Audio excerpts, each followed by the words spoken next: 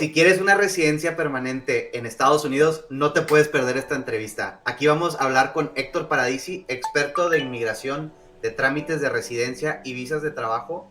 Y vamos a hablar sobre algunos secretos que incluso muchos abogados de inmigración no quieren que sepas. Así que, sin nada más que decir, iniciemos ya.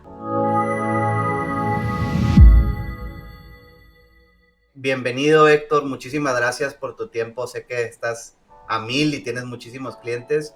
No, gracias a ti, Jaime, por la invitación y por la oportunidad de transmitir, información que yo sé que es valiosa para quienes te escuchan y quienes te acompañan en este segmento, y que para mí personalmente hubiese sido muy valiosa haberla conocido en otras épocas de mi vida. Así es, así es. Cuéntanos un poco de ti, Héctor. ¿De dónde eres? Bueno, sí, yo soy venezolano de origen. Me uní a la firma Ackerman en el 2016, ya como líder en la parte inmigratoria, y hemos estado tramitando, ya yo tengo desde el 2012 trabajando como director en planificación inmigratoria, y ahora lo hago a través de la firma Ackerman Law Firm. Claro. Desde acá, desde el sur de Florida, y pues por supuesto con nuestra clientela mayoritariamente latinoamericana, buscando las mejores opciones que hay para migrar. Claro, lo que está muy interesante que ustedes hacen como despacho migratorio es que ustedes buscan una solución a largo plazo desde el principio. Sí, lo que pasa es que te cuento un poquito quizás mi historia también quizás es la razón por la cual el enfoque que quizás hacemos en las planificaciones inmigratorias a lo mejor difiere del tradicional de la firma estructurada en la que te transmiten, debes sacar primero una visa y esta visa luego te lleva o conlleva. Y realmente un poco tratamos de romper esos tabú y esas líneas, y esas líneas inquebrantables que se trazan en algunas estrategias inmigratorias que no necesariamente lo son. Típicamente cuando yo me siento con alguien que está considerando venirse a los Estados Unidos, yo le pregunto, pero cuéntame un poquito de qué va, o sea, ¿qué quieres hacer acá? Ocurre muy frecuentemente que me pueden decir, no, estoy pensando tener un piecito allá, por si acaso tengo que llevar el otro piecito y el resto del cuerpo y el resto de la familia. Entonces, una planificación podría ser una visa temporal que de pronto le permita, a través de una inversión, permanecer acá o pasar temporadas acá más largas o más cortas. Y eso le da una tranquilidad o una sensación de tranquilidad a esa persona, porque le da la posibilidad de vivir todavía en su respectivo país, pero de pronto venir y pasar temporadas más largas, o eventualmente, si quiere quedarse, puede hacer e inscribir a los chicos en las escuelas. Entonces, de alguna manera, esa distinción entre lo que es la planificación, lo que es el objetivo del individuo, cambia el desenlace de la estrategia. Y normalmente el que viene a reunirse con nosotros muchas veces dice, no, yo quiero mi sueño americano, aquello de establecerme. Entonces hay veces que lo hago a la inversa. Entonces hablamos un poco sobre que tú quisieras la green card. Bueno, sí, pero eso es inalcanzable, y la realidad es que no es inalcanzable. Por el contrario, es muy, muy fácil planificarlo. Yo no estoy diciendo que sea soplar y hacer botellas, pero definitivamente sí hay la posibilidad de hacer una estrategia que conlleve a una obtención de residencia sin necesidad previamente de haber pasado por unas rutas de obtención de visa de no inmigrante, claro, de una visa H, claro, de una visa de trabajo, de una visa de L, de una visa tal, que te exigen renovar, y a lo mejor no hace falta. A lo mejor, claro, estás en tu país, aplicaste una residencia y luego pues te viniste ya como residente, y eso es posible hacerlo, claro, si se planifica bien. No, incluso mucha gente, salta tiene la de turista y luego se va a la F1, que es la de estudiante, y luego se va a la de E2, de inversionista. Así es. Está renovando indefinidamente la visa E2, porque se puede renovar las veces que tú quieras. Sí. Pero nunca te va a llevar una residencia directamente. Entonces, claro, la pregunta más común es cómo llego ahí, ¿no? Claro. Tú sabes que me llama la atención ese vocabulario, porque hay unas frases que son bien reiteradas en quienes están planteándose o quienes están adentrándose en el tema inmigratorio. Porque cuando se habla, por ejemplo, es que esta visa me lleva a la residencia, yo siempre hago un chiste que hay gente que no le gusta y hay gente que... Pero en fin, lo repito un poco para tratar de ilustrar una realidad, y es que las visas no son vehículos, no son autos, no son coches, no son carros, no son medios de transporte que nos llevan de un lugar que sea una visa al otro lugar que es una residencia. Ellas no se van a transformar, ellas no van a sufrir una metamorfosis y van a convertirse, van a pasar de ser una visa de no inmigrante a una residencia. Ellas no se van a convertir. Que en otros países sí pasa, que cuando ya tú tienes una visa de trabajo durante un periodo de tiempo, pues esa visa, el hecho de haberla tenido por un determinado periodo de tiempo te da derecho a pedir la residencia. Eso no ocurre acá en los Estados Unidos. Si tú quieres obtener la residencia, tú aplicas directamente a una residencia y aplicas en función de los criterios y de las exigencias de cada tipo de residencia. Entonces ahí es donde se pone interesantísimo, porque cada individuo tiene unas determinadas condiciones que de pronto yo me siento a hablar con uno y me dice, bueno, no, lo que pasa es que yo soy administrador y trabajo en una empresa y pues soy analista 1, pero la verdad es que no se me ocurre cómo puedo migrar, y pues entonces yo me pongo a hablarle de todas las visas que hay, y entonces damos con que él en sus tiempos libres, me pasó la semana pasada, una persona de Bolivia, y entonces me decía, bueno, no, lo que pasa es que yo me he destacado porque soy, ¿cómo fue que me dijo? Patinetero. Y yo, ¿cómo? Pero ¿cómo es eso? Bueno, yo skateboarder, exactamente, soy skater, fue la palabra que... Entonces, y yo, ¿cómo es eso? Bueno, sí, la verdad es que lo hago bastante, o sea, a un nivel muy elevado. Yo, ¿qué tan elevado? Háblame de eso. Y empezamos a hablar y resulta que él ha sido varias veces número 1 en Bolivia. No es un país demasiado destacado en esa disciplina, pero él es el más destacado dentro de su país, y eso lo expone mediáticamente un montón. Ha competido a niveles internacionales y resulta que él me dice, bueno, la verdad es que yo nunca pensé que esto me fuera a llegar, más bien siempre fue visto como algo que me frenaba de mis objetivos, y yo le digo, bueno, pero pues fíjate que ahora te va a impulsar, porque con todo lo que él tiene, y después durante la semana pasada me estuvo enviando una cantidad de evidencia de prensa, de premios que se ha ganado, y resulta que él puede directamente pedir una residencia permanente desde su país por habilidades extraordinarias. Pero hay una visa de habilidades extraordinarias, ¿no? Es correcto, hay una visa que es la visa O1, que es una visa de no inmigrante. Pero a él no le interesa una visa de no inmigrante, porque él también quiere poder ejercer sus actividades profesionales, su carrera, y al mismo tiempo hacer sus actividades altruistas, de alguna manera, que son más de hobby profesional, pero que son compatibles cuando tú pides directamente la residencia. No tienes que pasar previamente por una visa O1, sino que podrías aplicar directamente a la residencia por habilidades extraordinarias, siempre y cuando, obviamente, el nivel que tengas cumpla con las exigencias mínimas que establece inmigración. Entonces, bueno, eso es bien interesante y muy simpático cuando viene una persona que no tiene ninguna expectativa de entrar por la parte de habilidades extraordinarias y resulta que me dice, bueno, es que yo salto parapente o hago salto de ultraliviano, pero a nivel... Y yo, bueno, exploremos eso. Tiene que ver con alguna habilidad extraordinaria, ¿no? Eso específicamente, o sea... Esta de la que te estoy hablando, sí, es una EB1, es una EB1, que es una residencia por habilidades extraordinarias.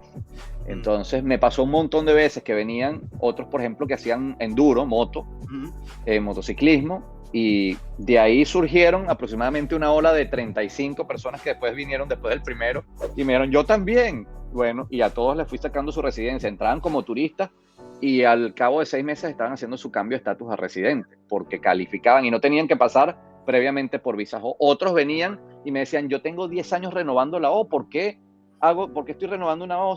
Y yo, bueno, pero tú puedes pedir la residencia, y se saca la residencia y obtuvieron su residencia. Y no solamente esa vía, hay montones de otros. Y por ejemplo, habilidades extraordinarias, porque mencionaste mucho deportes, pero también puede ser en negocios, ¿no? Absolutamente, buen punto.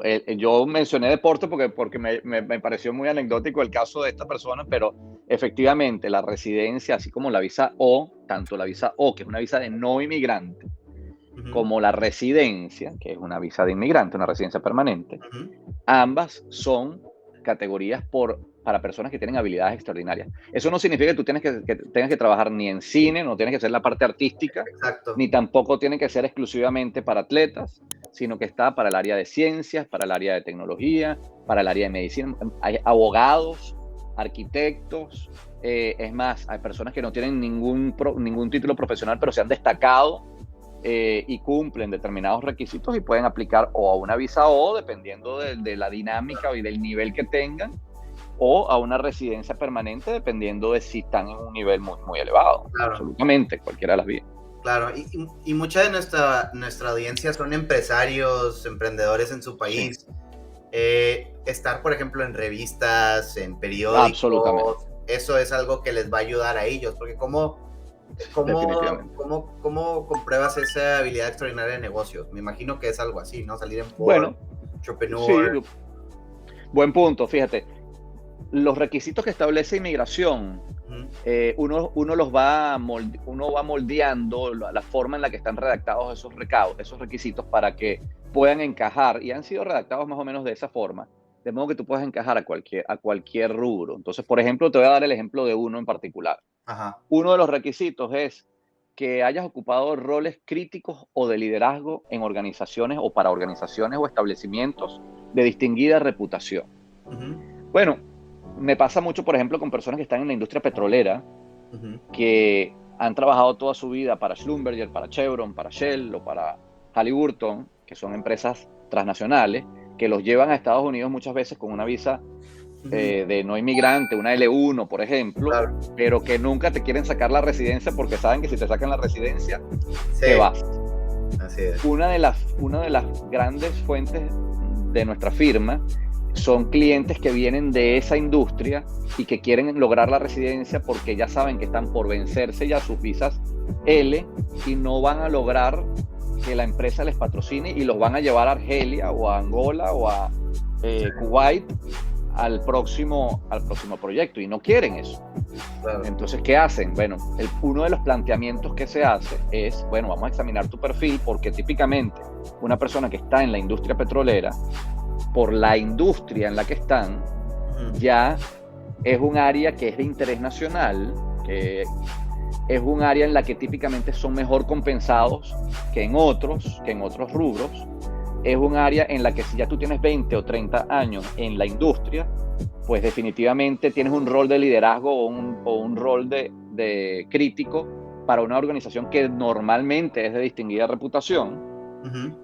De modo que ya por ahí tienes 3 de los requisitos que se necesitan y se necesitan 3. Entonces, si a eso le sumas que de repente escribió un artículo en la SPE o en cualquier otra asociación vinculada al rubro, pues ya van por el cuarto. Si Claro, dan y así sucesivamente, fíjate que se van dando naturalmente. Y hay, por ejemplo, otra figura que se llama National Interest Waiver, que ujú, tampoco requiere de un patrocinante, que no necesitas un sponsor, ujú, para, por ejemplo, tú me planteabas aquellas personas que forman parte de tu audiencia común, que de pronto son empresarios, que generan empleo, que a lo mejor tienen ciertos planes de emprendimiento acá en los Estados Unidos, pero que no tienen ninguna intención de emplearse, por ejemplo. ujú. Bueno, esa figura del interés nacional te exime, se llama National Interest Waiver, categoría EB2. Ajá, El waiver lo que significa es que tú quedas exento del cumplimiento de un proceso de reclutamiento y de someterte a una petición por parte de un empleador. claro, Y la razón por la cual quedas exento de tener que cumplir ese requisito ujú, es porque tú logras demostrar que lo que tú haces o lo que tú vienes a hacer es de interés nacional. claro, claro, porque muchos otros saltos a una residencia, o sea, de empleo que te piden, muchas veces tienes que pasar, y más en la parte de residencia, tienes que pasar por ese proceso de reclutamiento, ¿no? Es Que también correcto. pasa mucho en las H's, ¿no? Es correcto. Fíjate, ese es otro punto u otra categoría de residencia en la que trabajamos muchísimo en nuestra firma, que son las residencias por certificación laboral. Ujú, Para mí, una de los de las mejores vías mejor ocultadas, más secretas. Ajá. Pero, y digo esto porque es una ruta cuyo porcentaje de aprobación es bien elevado. Yo te diría que nuestra firma maneja un 95% de tasa de aprobación frente a cualquier otra de las que hemos estado hablando, que les concede a los funcionarios más discreción de si eres extraordinario o no eres extraordinario. Esta no tanto. Entonces, si tú de pronto tienes acá en los Estados Unidos alguna empresa que está interesada en hacerte una oferta de empleo, una empresa, puede ser pequeña la empresa, no tiene que ser Coca-Cola, que la gente piensa, bueno, pero es que tengo que aplicar, espera. Bueno, pero si tienes alguna empresa de alguien incluso relacionado, pero que tenga una pequeña empresa que esté interesado en hacerte una oferta de empleo, se puede hacer un proceso de residencia que al cabo de 2 años tú tienes tu residencia y entras como residente permanente a los Estados Unidos. Ahora pregunta, ¿tienes que ya estar trabajando para esa empresa americana previamente o no? Bueno, justamente, fíjate, eso es lo interesante, porque el mito es, que es uno de los que partía al inicio, es la H1 te lleva a residencia. Exacto. O la L1 te lleva a residencia. Bueno, Exacto. ¿por qué? Porque digamos que la ruta tradicional o la ruta lógica es que tú primero vengas con una visa de no inmigrante, el empleador te tiene ahí firme y amarrado con ellos, te renueva, te mantiene y luego, si le da la gana, te pide y te hace un patrocinio para una residencia. Claro. No es que se convierta, es que el patrocinante accede a pedirte la residencia. Entonces, tú podrías ser que nunca hayas trabajado para esa empresa, pero esa empresa esté interesada en hacerte la oferta de empleo y tú estar, mientras tanto, en México, en Argentina o en donde sea que estés, y estás esperando que la empresa te hace la oferta. Claro, hay que llevar a cabo un proceso que se toma su tiempo, se puede tomar un año y tanto, y al cabo de ese año y tanto en el que tú demuestras que no le estás quitando un puesto de trabajo a nadie local, se hace un reclutamiento, etcétera, etcétera, tú vas a obtener una residencia permanente con la cual entras directo a los Estados Unidos. Lo más interesante de todo esto es que esto no es lo que más le gusta al empleador o al patrocinante, es que ya una vez que tú entraste con tu residencia, si tú renuncias al día siguiente, sigues siendo residente de los Estados Unidos. Claro. Porque nadie te puede obligar a permanecer trabajando con una determinada empresa. Tú tienes libertad plena de hacer lo que tú, bueno, dentro de los ámbitos legales, obviamente, de trabajar con quien tú quieras y no te pueden obligar a permanecer trabajando. Y no pierdes el beneficio inmigratorio, que es lo más interesante. Porque yo creo que lo ocultan las mismas firmas de abogados, y te lo digo con toda la honestidad del mundo, porque no es tan conveniente para las firmas, porque se te acabó el cliente, se te acabó la fuente de ingreso en el momento en que le das la residencia, ya ese cliente dejó de ser tu cliente. Y yo creo que es un enfoque errado, porque en la medida en que tú eres más ético y le concedes respetas realmente a tu cliente, ese cliente va a ser tan agradecido que se va a asegurar que cada persona con la que se sienta a hablar le va a decir, mira, él me ayudó en base a lo que yo quería, no a lo que él quería. Claro, sí, no, es que muchas veces en los despachos, y a veces ni siquiera es por mala práctica, es nada más porque es la práctica común, ¿no? Es la práctica común, a veces correcto. Pasa, porque siempre que primero te saca una visa o... Sí. Siempre vas a estar ahí como cliente, ¿no? Es ingreso recurrente. Así es. Primero te saco la O, te la renuevo una vez y después entonces te ofrezco la residencia. Eso es parte un poco de la estrategia, pero la realidad, y eso es lo interesante de esta conversación un poco y de que tú des este espacio para aclarar a quienes no tienen acceso a toda esta información, es precisamente eso, es que no es así. Tú puedes pedir directamente tu residencia permanente siempre y cuando obviamente califique para la categoría que estés aplicando. No significa que todo el mundo pueda hacerlo. Significa que en muchas ocasiones lo podemos hacer sin saberlo. Pero tiene que haber una petición, ¿no? En este caso específico tiene que haber una petición de un empleador. Ahora, ¿importa el tamaño del empleador? O sea, ¿tiene que ser una empresa de 100 empleados o con cierta facturación? ¿O puede ser una empresa pequeña? Es buena pregunta. Fíjate, las dimensiones de la empresa no son tan relevantes a efectos de que te aprueben o no la residencia por certificación laboral. Lo importante es que la empresa pueda demostrar que tiene liquidez. Liquidez significa que te puede pagar el salario. Entonces, ¿cuál es el salario? Bueno, el salario lo va a asignar el Departamento del Trabajo en función de la oferta de empleo. Si tú vas a ser vicepresidente financiero de una empresa en Nueva York, seguramente la ubicación de la empresa, el factor de la ubicación de la empresa, el cargo que vas a ocupar, te va a arrojar un salario bien elevado, quizás cercano a los $200,000 al año. Claro. Lo que significa que tú eventualmente vas a tener que demostrarle a inmigración que la empresa tiene liquidez suficiente para poder pagarte ese salario de $200,000. Claro. Y esa liquidez tiene que estar reflejada a través de sus declaraciones de impuestos más recientes de la empresa. Entonces, la dimensión de la empresa no siempre te anuncia la capacidad que tiene. No necesariamente implica. Exacto.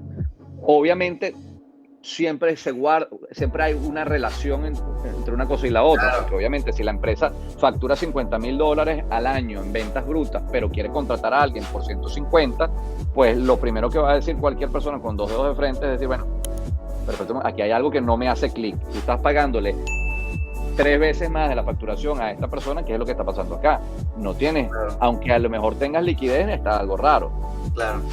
Pero Claro. ojo, tú podrías argumentarlo, bueno, esto es una empresa de desarrollo inmobiliario y estamos en una fase preliminar en la que todavía no estamos vendiendo. Ujú.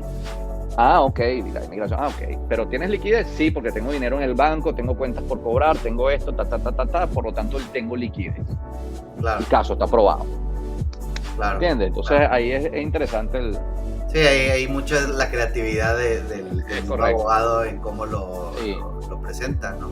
Así Y es. más o menos, por ejemplo, este proceso porque son varios pasos, ¿no? Es primero que te aprueben la petición, ¿no? Lo que le llaman el LCA o el PERM. Correcto. Sí, si quieres brevemente, fíjate cómo funciona. La residencia por certificación laboral, que es de la que estamos hablando, que es una de las varias vías a través de las cuales se puede obtener residencia, tiene 3 etapas fundamentalmente. ¿Okay? Casi todos los procesos de residencia tienen 2 etapas por lo menos. Una es elegibilidad y otra es admisibilidad. Yo soy elegible si cumplo los requisitos de esa categoría. Sí. En el caso, por ejemplo, de habilidades extraordinarias, tienes que cumplir 3 de 10 requisitos. En el caso de la residencia por certificación laboral, la elegibilidad depende de que previamente tengas una certificación laboral aprobada por parte del Departamento del Trabajo. Sí. ¿Ok? Entonces, esa certificación laboral lo que persigue es proteger el mercado laboral local. Claro. El mercado laboral americano en este momento es un fenómeno rarísimo. Sí. Rarísimo. Ahorita nadie consigue empleados, nadie quiere trabajar. Dímelo a mí. Es una locura. Así es una cosa al revés, es el mundo al revés en este momento. ¿Por qué? Bueno, porque la dinámica del COVID quizá dio a pie a que se dieran una cantidad de efectos que uno no tenía ni idea que estaban ahí, y pues ahora todas las cosas remotas, el delivery, la gente prefiere ser dueña de su tiempo y hacer despacho y para ganarse el mismo dinero que estaría trabajando en un restaurante, por ejemplo. Claro. Entonces hay una escasez de personal dispuesto enorme. Entonces la primera etapa del proceso de residencia por patrocinio requiere que tú le demuestres al Departamento del Trabajo que le dimos oportunidad primero al mercado laboral local antes de hacerle la oferta a un extranjero. Claro. Todo ese proceso se denomina un proceso de obtención de una certificación laboral. La certificación es que te la concede el Departamento del Trabajo cuando confirma que no le quitaste un puesto de trabajo a nadie local. Suena más complejo de lo que es, porque realmente hay que hacer todo un proceso de reclutamiento no convencional, claro, pero que, como te digo, en el 95% de los casos termina siendo aprobado, entre otras razones actualmente, sí, porque hay una escasez enorme de personal. Claro, no, y tiene que estar bien hecho ese proceso y bien documentado. Sí. Incluso hay empresas que se dedican nada más a eso es correcto. A eso. De hecho, nosotros tenemos una empresa afiliada que se llama Stratus Consultants, Ujú. que se dedica a toda la parte de agenciamiento, porque es un agenciamiento toda Claro, esta actividad frente al Departamento del Trabajo, a hacer el reclutamiento, a llamar y se dedican a hacer todo el proceso. Y claro, cuando ya terminan de hacer todo ese proceso, se lo entregan, digamos, nos los entregan a la firma y la firma claro, hacemos el claro, sometimiento ante el Departamento del claro. Trabajo. No es como que el empleador tiene que hacer todo eso solo, ¿verdad? No, Porque hay muchas cosas muy específicas que te sería pide el caótico. gobierno que compruebes, ¿no? Y Sí, documentar todo eso. es correcto, es correcto. Es un proceso de reclutamiento que no es convencional. No es, ay, bueno, voy a poner en Jobvertise o en Indeed o en los portales web que típicamente se utilizan para la búsqueda de empleo, de empleados, sino que tú tienes que hacerlo con una frecuencia determinada a través de unos medios determinados. No es complicado, es que hay que saber hacerlo, ya está. Claro, claro. Y también pregunta, porque muchos de nuestros clientes y audiencia ya están en una E2 o están en proceso de E2. Sí, correcto. ¿Qué es lo más común para alguien que tiene una E2 o está a punto de tener una E2? ¿Qué es lo más conveniente? Porque muchas veces el mismo cónyuge de E2 puede ser el que lo piden o la piden eh, para este tipo de residencias o de procesos, ¿no? Sí, absolutamente. Yo veo con mucha frecuencia que nuestros clientes que tienen visa E2 siempre llegan con la misma incertidumbre y con la misma frustración Ujú. inicialmente cuando se reúnen con nosotros. Bueno, es que mira, nosotros tenemos la visa E2, pero tú sabes que la visa E2 no te lleva a la residencia. Y entonces Claro, ahí viene mi chiste chocante de no es un vehículo, no te tiene que llevar a ningún lado. Lo que es claro, que te va a mantener acá solamente. Entonces ahí empezamos a discutir típicamente las distintas opciones que tendrían para obtener residencia, entre las cuales en el mayor porcentaje ocurre exactamente lo que tú planteabas, que de pronto está una persona con una visa de inversión y el cónyuge, como tiene libertad de trabajar en cualquier lugar, porque típicamente un E2 está exclusivamente atado a la empresa a través de la cual claro, invirtió, pero su cónyuge tiene libertad de trabajo en cualquier parte. Incluso ahora hay más libertad aún porque no necesita el permiso de trabajo. claro, Pero cuando esa persona consigue a alguien que esté dispuesto a hacerle el patrocinio, esa es la ruta ideal para un grupo familiar que quiera hacerse residente, de salir de la E2 y convertirse en residente. claro, Obviamente la E2 por sí sola no se va a transformar en residencia, pero no significa que eso te impida aplicar a una residencia si claro. calificas por alguna otra vía. Claro, y ahí te tocaste un punto interesante, relevante a las E2 de cónyuge, ¿verdad? Porque antes Sí, tenías que hacer todo el proceso de la I-765 y eso es tardaba correcto. 6, 9 meses, y ahora ya eliminaron todo eso, ¿no? Sí, Ya sí, fíjate. automáticamente cuando tienes la I-94 de cónyuge, ¿ya puedes trabajar legalmente? Efectivamente, Jaime, y eso fue una noticia muy buena, Excelente, sí, sobre todo por los tiempos que se estaban demorando sí, en inmigración. Inmigración cayó en una.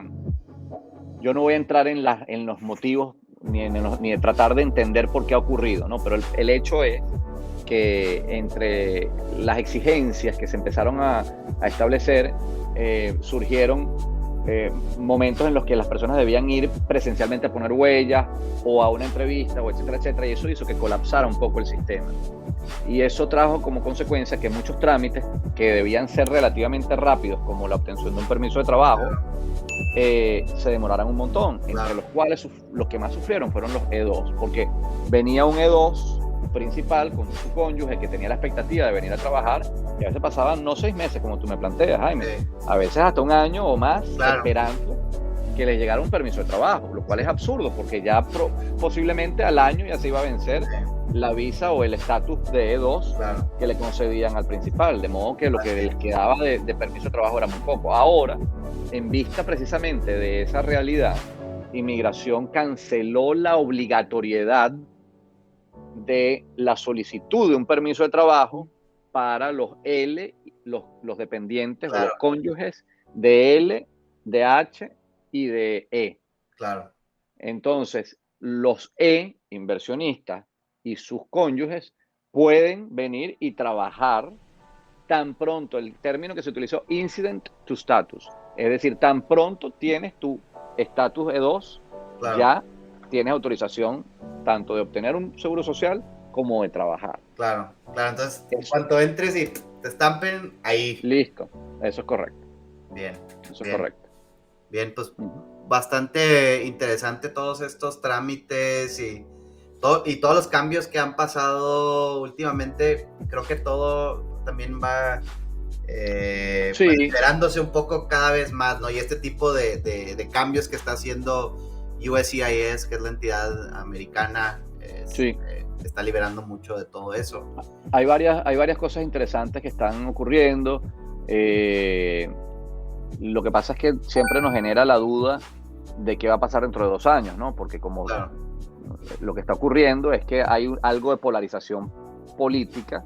Entonces, cuando viene un gobierno, se establecen políticas un poco bastante más rigurosas de las habituales, que fue lo que pasó cuando estaba Trump. uh-huh, Y entonces empezamos a ver exigencias, por ejemplo, de entrevistas donde antes no habían la necesidad de hacer entrevistas, exigencias de trámites adicionales, por ejemplo, cuando se iba a hacer una visa estudiante o algo por el estilo. Y tan pronto hubo el cambio de político o de presidencia, pues se revirtió absolutamente todo y como que hay una cierta inestabilidad en ese sentido que hace que tengamos que tener muy medido cuál es la política de turno y la claro, política que se espera en un periodo de tiempo, porque cada uno de estos procesos se toma su tiempo. claro. Entonces, si yo hago una estrategia inmigratoria para un individuo que a lo mejor creo que puede cambiar la política cuando venga un gobierno próximo, yo tengo que tomar en consideración, bueno, dentro de 2 años es posible que cambie el gobierno y posiblemente cambie de nuevo a una política rigurosa, inmigratoria, me refiero. Uh-huh. Lo que significa que las estrategias tienen que ir en coherencia con esas nuevas, con esas próximas relaciones intergubernamentales. Claro, claro, no sé, y siempre está cambiando. O sea, antes de Trump, todo era más fácil en inmigración, o sea, todos los Sí, trámites, tiempos, de todo. Yo me acuerdo que todo era mucho más sencillo. O sea, sí, los sí. requisitos, todo. Han vuelto, ojo, se han revocado varias de los requerimientos adicionales que se generaron y se han flexibilizado. Lo que pasa es que, bueno, uno no tiene certeza hasta cuándo, hasta qué punto esto va a mantenerse. Claro, claro. Sí, sí, sí. ¿No? Siempre está cambiando y por eso es súper importante hablar con profesionales como ustedes, Sí. ¿verdad? Que están conscientes de todos estos cambios que están pasando, porque muchas veces la gente se queda con ideas viejas de muchas Sí. cosas. Fíjate, hay un tema bien interesante, que el cambio fue radical, que Sí. yo lo pude ver, que es con el caso de los asilados. Las personas que entran a los Estados Unidos y piden asilo, Uh-huh. cuando por el tema del retraso en el asilo, pasan a veces casi hasta una década esperando que los llamen a una entrevista para un asilo. Uh-huh. El tema está en que durante esa década muchas veces las personas logran conseguir algún vehículo para hacerse residentes de otra manera. Por ejemplo, un patrocinante. Alguien, su empleador dijo, coño, yo te ayudo, vente, vamos a hacer el proceso a través de mi empresa. Pero resulta que salir del estatus pendiente de un asilo no es tan fácil, y sobre todo es mucho más difícil cuando estás en un determinado gobierno. Por ejemplo, durante el gobierno de Trump, hay un criterio favorable del cual puedes salirte del asilo si, por ejemplo, tienes un patrocinante y pediste tu asilo estando en estatus legal. Sí. El siguiente, todos los casos que se hicieron de esa manera durante el gobierno de Trump fueron negados. En enero del 2021, a partir del mes de enero, empezaron a ser aprobados de nuevo. Entonces tú ves, es opuesto, la misma oficina, Claro, el mismo proceso, las mismas condiciones y un tratamiento totalmente desigual. claro. Entonces, coño, Claro, no, y pasa muchísimo ese tipo de cosas y los cambios también. O sea, por ejemplo, me acuerdo que cuando estábamos haciendo las C2, para los mexicanos nada más era un año y de la nada correcto. cambió a 4 años también y era como que era una buena sorpresa Es para una buena para el sorpresa. cliente, no tanto a lo mejor para los abogados, pero No, bueno, claro, pero fíjate que también en el caso, por ejemplo, de Chile, Ujú. fue lo opuesto. Claro. Los chilenos tenían 5 años Ujú. y ahora pasaron a tener 1 año nada más. Sí, sí. Los franceses, Ujú. cuando se pelea Trump con el presidente francés, no, con Macron, creo que fue con Macron, Ajá. eh, tuvieron un impasse y cambiaron las condiciones, y la visa E2 para franceses solía ser también por 5 años y la redujeron a 25 meses, a Claro, 2 años. claro. Y ahorita la regla, por ejemplo, porque tenemos muchos clientes chilenos, la regla de los chilenos ahorita sigue siendo de 1 año o de 5 años. Sí, 1 año. 1 año. Es un dolor de cabeza, y te digo, el consulado chileno permanece cerrado en este Sí. momento para otorgamiento de visas. Es una locura. Así es. Y a pesar de que Chile tiene unas condiciones bien particulares, porque además del tratado que le concede la posibilidad de hacer la inversión a través de una visa de dos, la visa de dos, perdón, a través de una inversión, Ujú. además de eso tiene otro tratado que solamente le aplica a Chile y a Singapur, que es para la obtención de una visa de profesional, la H1. Ajá. La H1 normalmente está sujeta a 60.000 cupos para todo el mundo Sí, anualmente. anualmente, pero los chilenos y los singapurenses tienen un cupo que solamente es para ellos, especial, que es de 5.000 cupos para ellos, para esos dos países, que nunca se cumplen, que nunca se llenan. ¿En serio? O sea, Sí. otro de los misterios que nunca se usan, ¿no? Que mucha gente no sabe. Sí, eso es correcto. La H1B1 es eso. Muy interesante.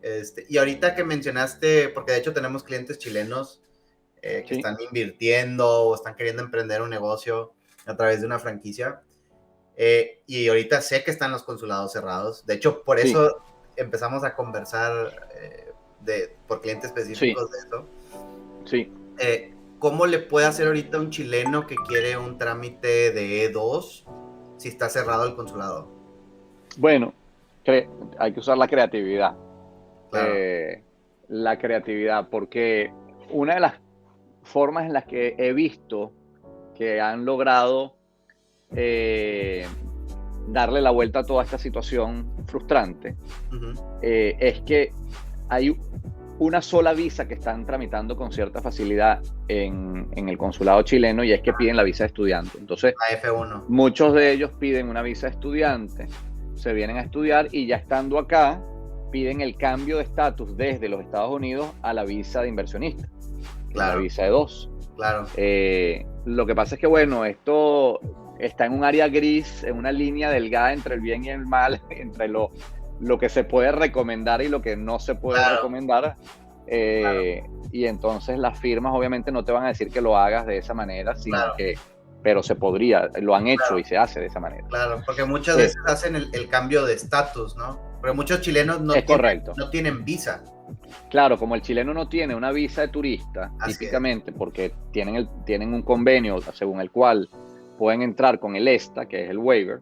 Entonces no pueden cambiar, el que entra a los Estados Unidos con un ESTA o con un waiver, tiene 90 días, pero no puede cambiar o extender estatus desde los Estados Unidos. Claro. Pero si tú tienes una visa de turista, sí puedes hacerlo. Los chilenos no pueden hacerlo. Así es. Entonces, ¿qué hacen? Piden una visa de estudiante, y la visa de estudiante sí les permite hacer ese cambio de estatus desde los Estados Unidos. Claro. Otra de las cosas que podrían arriesgarse a intentar es pedir la cita en otros consulados. Exactamente. Lo que pasa es que no todos los consulados están ahorita admitiendo. Porque están en las mismas. Sí, o están en las mismas, o si están tramitando las visas, lo que hacen es que exclusivamente reciben personas de ese país o que estén residenciadas en ese país. Entonces hay que ponerse a explorar por todos los consulados a ver cuáles tienen apertura. Claro. O sea, de repente te sale Polonia. Mira, Polonia no tiene ninguna restricción. Me metí hoy justamente a ver cómo están los tiempos en Polonia, y te dice que se tardan 2 días en darte una entrevista. Así es. Entonces, lo que pasa es que, bueno, te tienes que viajar a Polonia, te tienes que permanecer allá, y bueno, es una posibilidad. Claro, no, sí, de hecho, uno de nuestros clientes argentinos, porque también el consulado ahorita de Argentina no está tramitando. No, pero ya se reactivaron en Argentina. Ya se reactivaron. Se han ido reactivando, sí. Ya me han dado los turnos muy rápido últimamente en Ok. Argentina. Y ahorita si quiero una E2 de Argentina, ¿qué tan rápido sería el turno? O sea, Bueno, el último trámite que hicimos, que fue hace un mes y medio, ujú, enviamos los documentos y tuvimos incluso que pedirles, dame un segundo porque la persona está afuera, y nos dieron casi que para una semana después, 10 días después, nos dieron la cita y ¿de una E2?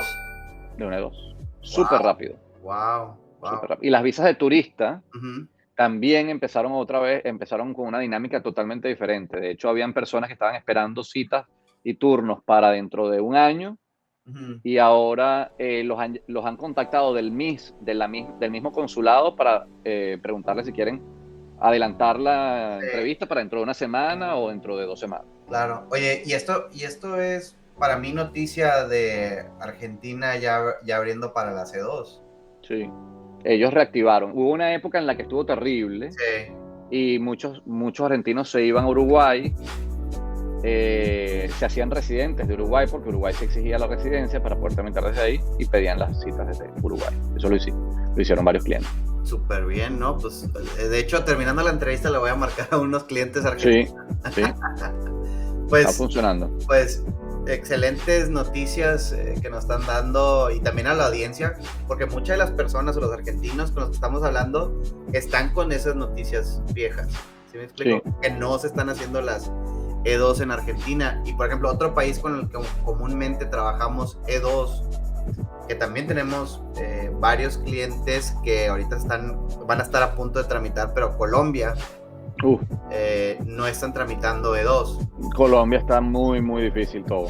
Eh, el tema de Colombia es que tiene una saturación enorme. Se conjugan ahí muchos factores, entre los cuales es que los trámites inmigratorios relacionados con Venezuela se tramitan en Colombia, aunque ellos tienen unidades separadas. Uh-huh. Realmente eso igual congestiona la tramitación. Y bueno, hay un volumen importante de retraso. Creo que está mejorando un poquito. No he tenido experiencias recientes de E2 en particular, pero sí he tenido unas recientes experiencias que me alentaron a pensar que ya se está movilizando un poquito más Uh-huh. por casos de residencias que tenía ahí frenadas, Uh-huh. que los han llamado justamente en estos días. Claro, claro, sí, pero te decía como que ya veo cada vez un poquito, va mejorando. Poquito. Panamá es otro lugar que se está muy cerrado, muy lento también. Uh-huh. Pero poco a poco. En España, por ejemplo, están en 5 o 6 meses los tiempos de procesamiento. Sí, En Francia, en 7 meses aproximadamente. sí. Eh, Sí, y esto está cambiando, o sea, al mes, ¿no? O sea, al mes puede sí, cambiar todo eso. así es. Cada uno Todo de lo que los te digo ahorita, es constante. sí, espero que el que esté viendo esto no Sí. sea dentro de 6 meses, porque nada de esto aplica. Sí, luego te van a marcar, Héctor, tú me dijiste que eran 5 meses. Esto es septiembre 14, 2022. Así es, así es. Y todo esto siempre está cambiando continuamente. Entonces, por eso es sumamente importante siempre consultar con abogados que tengan experiencia con cada tipo de trámites, ¿sí? Eso es lo más importante, es lo que nosotros recomendamos como consultoría. Siempre consulta con abogados expertos en esa visa o en ese tema. Es correcto. Sí, hay muchas áreas inmigratorias. Por ejemplo, nuestra firma no atiende asuntos de asilo, de defensa de remoción o de portabilidad, nada de eso. Disculpa. Salud. Muchas gracias. Sí. Entonces, bueno, yo creo que es importante respetar las especialidades. Zapatero a su zapato. Claro, claro, no, 100%, 100% eso. Pues muchísimas gracias, Héctor. Nos diste muchísima información valiosa, incluso aprendí varias cosas nuevas en esta entrevista y espero que la persona que esté escuchando también tenga ideas de lo que se puede hacer, ¿no? Esto no es como que me dijeron que se puede porque tengo habilidad extraordinaria. Siempre tienes que consultar. Cada caso es independiente porque a lo mejor hay factores que ni siquiera hablamos en este segmento que pueden afectar todos los trámites. No, y que al final lo importante es explorar, porque el hecho de plantear esa posibilidad de pronto te abre una puerta que no tenías ni la menor idea de que Claro, existía, y que te genera una cantidad de oportunidades que pues no tenías contempladas. Yo sí creo que es valioso. claro. Pues muchísimas gracias, Héctor. Y si alguien o una persona está buscando explorar este tipo de oportunidades o ver si califican a una residencia, a una visa de trabajo, ¿cuál sería la mejor manera de contactar con su despacho? Bueno, nosotros tenemos un número de teléfono que pueden marcar directamente, que es el 786 más uno, porque Claro, se trata de un teléfono acá local, que es el 786-354-4266. Pueden perfecto. comunicarse por esa vía y pedir una cita conmigo, Héctor Paradisi, o si no, pueden acceder también al portal de la página web, que es ackermanfirm.com. Se deletrea ACKERMAN, firm como firma, Ujú. FIRM.com, y a través de ese portal también pueden agendar o pedir una cita. Perfecto. Eh, y si no, a través del teléfono siempre es mejor, porque pueden lograr hablar con una persona individual, que les pueda responder y decirle: mira, la disponibilidad próxima está en tal momento, y con mucho gusto los atiendo por esta vía, o si prefieren ser presencial, estamos ubicados en el sur de Florida.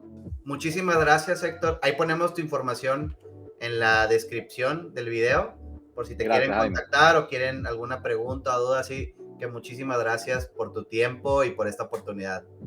A ti, gracias por la oportunidad también de transmitir esta información, y espero que tengamos oportunidad de compartir de nuevo y quizá abordar un punto en particular que creas que haya tenido mayor interés. Así es. Pues muchísimas gracias y nos vemos en el próximo video.